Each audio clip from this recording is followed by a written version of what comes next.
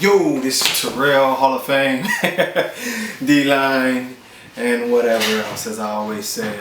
This next rant, and it's an interesting one that's going around more and more and more and more, and it's just my opinion, as I say this once again.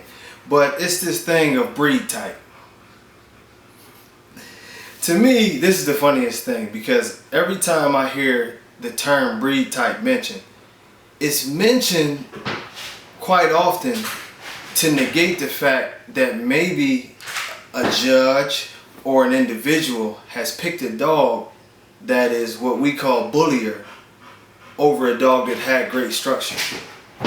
And this is the thing, whatever class the dog is in, it should fit in that class. And there is really, and this is me, breed type, there's no such thing. And the reason why I say that there's no such thing is because breed type is the standard. The standard details exactly what the breed type is. It tells you what the head structure should be. It tells you how the front should look. It tells you how the paws should look. It tells you how the back should be, all of the angulation down to the tail. It even tells you about the size and the characteristics of how these dogs are supposed to be. So to me, that's breed type. If you have a dog that fits that standard, you have breed type. You know, more so now, and I've seen this happen a lot, and that's why it's just funny to me, because now the term breed type is often relegated to a dog that might be a little overweight, probably has a couple flaws here or there, and that's always the reason that they pick a dog. He was bullier. Just because you're fatter doesn't mean you're bullier. Just because the dog is heavier is not a good reason to pick it over a better structured animal that fits the standard. And this is the biggest problem that we have in this breed. People do what they want instead of what's supposed to be done. Breed type is as it's written in every registry standard. That is your breed type.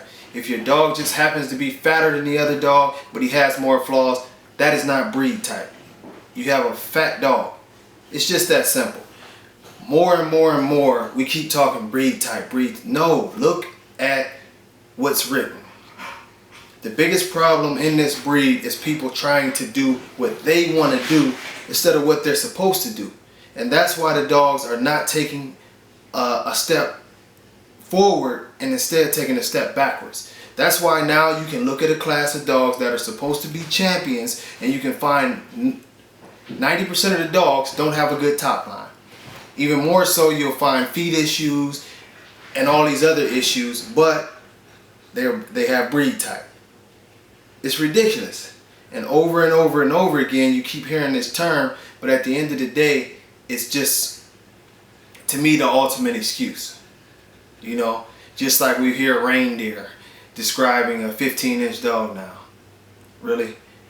All these things are ridiculous. So I mean, you know, I could go on and on about this whole breed type argument, but your breed type is stated on your Abkc, Rkc, Ibkc, Ebkc, Bbcr, and whatever other registry website that you want to look at. It's written out as to what your dog is supposed to look like. That is your breed type. You know, more so, I think we need to be more tight on about how we view breed type, because I think a lot of you have forgotten that the American Bully is supposed to be a muscular dog, a very thick but athletic looking dog.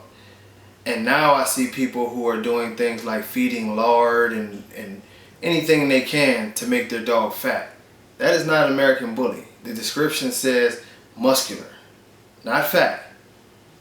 Breed type is not fat. You know, breed type is not a bulldog head with wrinkles. Breed type is as it's stated. You can go look it up. Most of you own about 30 dogs and have never looked at the standard, which I find that to be ridiculous in itself, including a couple judges probably. But at the same time, thank you for your time. Send any questions you want to my Facebook page or whatever, and we can piss some more people off.